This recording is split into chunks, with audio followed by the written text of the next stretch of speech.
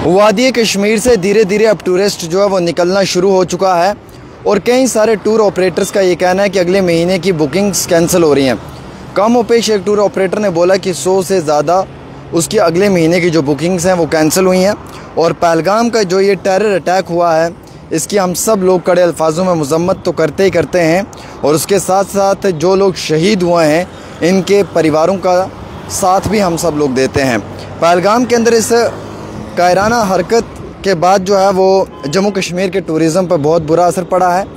जम्मू कश्मीर का टूरिज़म बड़ी मुश्किल से ट्रैक पे आया था, बड़ी मुश्किल से लाइन पे आया था, लेकिन फिर ये दहशतगर्दाना हमला होने के बाद जम्मू कश्मीर का जो टूरिज़म है अब एक ऐसी पीक पे पहुंच चुका है, एक ऐसी जगह पे जा चुका है जहां से उसे वापस लाना बहुत मुश्किल होगा, क्योंकि अब जो लोगों के बीच में एक भरोसा है वो टूट चुका है जम्मू कश्मीर को लेकर और बिलखसूस वादी कश्मीर को लेकर।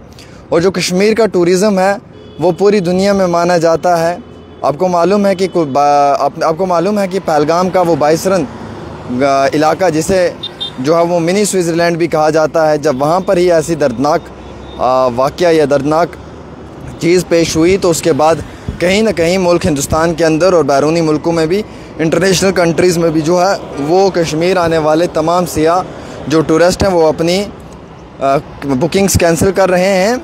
क्लोज़ टू 80% एक टूर ऑपरेटर का कहना है, ट्रैवल ऑपरेटर का कहना है कि 80% उसकी जो बुकिंग्स हैं नेक्स्ट मंथ की वो कैंसिल हो चुकी हैं। ये cancellation of package even for next 1 month, इस महीने की तो हुई हैं, अगले महीने की भी हुई हैं। और उन्होंने कहा कि दिल्ली में बैठे हुए ट्रैवल एजेंसी के जो लोग हैं जिनके साथ हमारा टाई अप था, 90% बुकिंग फॉर कश्मीर थी, वो भी कैंसिल हो गई है। उसके साथ साथ कोलकाता के से आने वाले जो हमारे मेहमान थे उनके साथ जो बुकिंग्स थी वो भी कैंसिल हो गई। मुंबई से आने वाले मेहमानों की भी बुकिंग कैंसिल हो गई। वैसे ही एक ट्रैवल ऑपरेटर हैं दिल्ली के जो टूरिज़म इंडस्ट्री में काम करते हैं बड़े एक लंबे अरसे से, उन्होंने कहा कि कश्मीर आने वाले हमारे यात्रियों ने ट्रैवल करने से इनकार कर दिया और आने से पहले ही ट्रैवल की बुकिंग को कैंसिल कर दिया। तो यानी कि ये हालात अब धीरे धीरे बन रहे हैं, क्योंकि अब आपको मालूम है शिकारा वाला, घोड़ा वाला, पौनी वाला, ट्रांसपोर्टर, टैक्सी वाला, कैब वाला, ऑटो वाला, रेस्टोरेंट वाला, ये सब चीज़ें जो हैं ये टूरिस्ट पे रहती थी। जितना टूरिस्ट ज़्यादा आता था उतना ही आपको मालूम है कि कश्मीर में काफ़ी ज़्यादा जो है वो चहल पहल रहती थी। लेकिन अब टूरिस्ट के ना आने से, टूरिज़म का बूस्ट ना होने से काफ़ी बड़ा नुकसान जो है वो कश्मीर को पहुंच सकता है, वो आम इंसान को पहुंच सकता है, वो एक आम शख्स को पहुंच सकता है। लिहाजा ऐसे समय में कश्मीर में टूरिज़म को जो है वो बढ़ावा मिलना चाहिए था, क्योंकि आज मई है, अप्रैल है, मई है, जून है, जुलाई है, ये 2-3 महीने टूरिज़म के होते हैं। लेकिन ये कायर आतंकवादी जो हैं, जो इंसानियत के दुश्मन हैं, जो हम सब लोगों के दुश्मन हैं, इन कायर आतंकवादियों के इस हमले के बाद जो है वो अमन, जो हमारा भाईचारा है वो कहीं ना कहीं ख़त्म हुआ।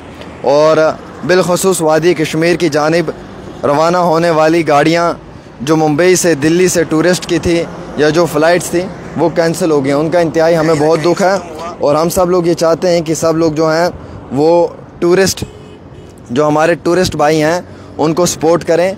टूरिस्ट मेरी जान है, मेरी आन है, मेरी बान है और मेरी शान है, ये मैं कहता हूँ और ये आप भी कहें। और वैसे हम ये कहेंगे हमेशा, हम हर बार ये कहेंगे, दिल से कहेंगे, हिंदुस्तान जिंदाबाद, हिंदुस्तान जिंदाबाद, हिंदुस्तान जिंदाबाद, पाकिस्तान मुर्दाबाद, पाकिस्तान मुर्दाबाद, पाकिस्तान मुर्दाबाद।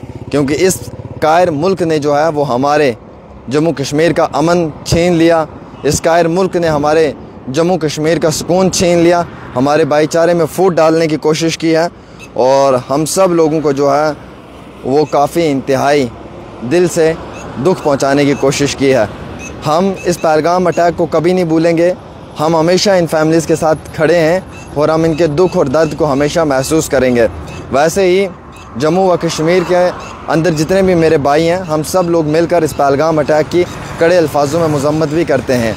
और आपने सोशल मीडिया पे देखा होगा, रियासी में भी और रजौरी में भी कई सारी जगहों पे कुछ लोग प्रोटेस्ट कर रहे थे। प्रोटेस्ट करते करते स्लिप ऑफ टंग उनके मुंह से भी जो है वो हिंदुस्तान मुर्दाबाद निकल गया उस टाइम में, जब वो वहाँ पे प्रोटेस्ट कर रहे थे।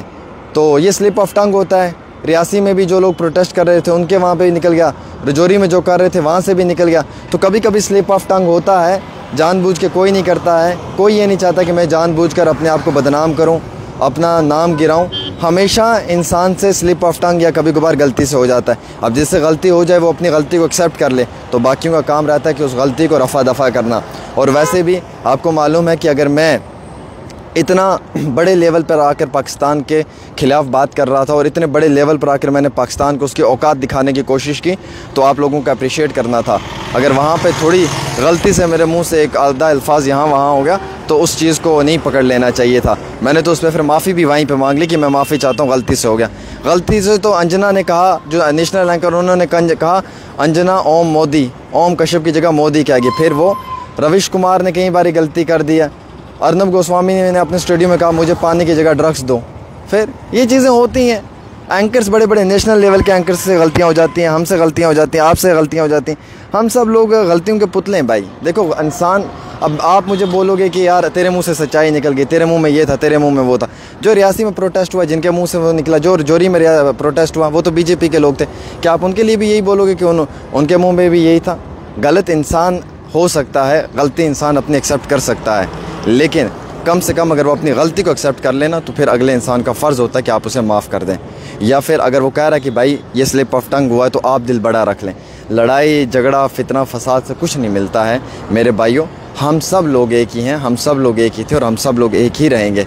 अब मैं किसी के दिल में कैसे अपने लिए जगह बना सकता हूँ जिसके दिल में ना हो, और जिसके दिल में है उसके दिल में से कोई मिटा नहीं सकता है। ये साफ़ क्लियर सी बात है।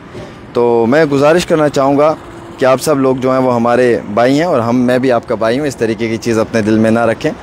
और मैंने उसके ऊपर क्लैरिफिकेशन भी आपको दी है कि वो गलती से हुआ है, और इंतहाई आपको अप्रिशिएट करना चाहिए था। मुझे उस पर आपको शाबाशी उस बात पे देनी थी कि मैं पाकिस्तान को उसकी औकात दिखा रहा था। गलती से हो गया तो उस चीज़ पे आप कह सकते थे कि चलो रफ़ा दफ़ा करो यार, ये गलती से हो गया, इससे जानबूझ के नहीं हुआ है। तो जो चीज़ गलती से हो जाती है, अगर आप ही के मुँह से गलती से हो जाए, फिर अगर मैं ही रिकॉर्डिंग कर रहा हूँ आपकी, आप ही लाइव में हो और मेरे हाथ में कैमरा और आपके मुंह से अचानक गलती से निकल जाए, फिर आप क्या करोगे? किसी पे सवाल उठाना आसान होता है, लेकिन दूसरे की बात को सुनना और समझना बड़ा मुश्किल होता है। लिहाजा कर मैं चाहूँगा कि आप इस वीडियो को शेयर करें और आप भी अपनी राय ज़रूर दें।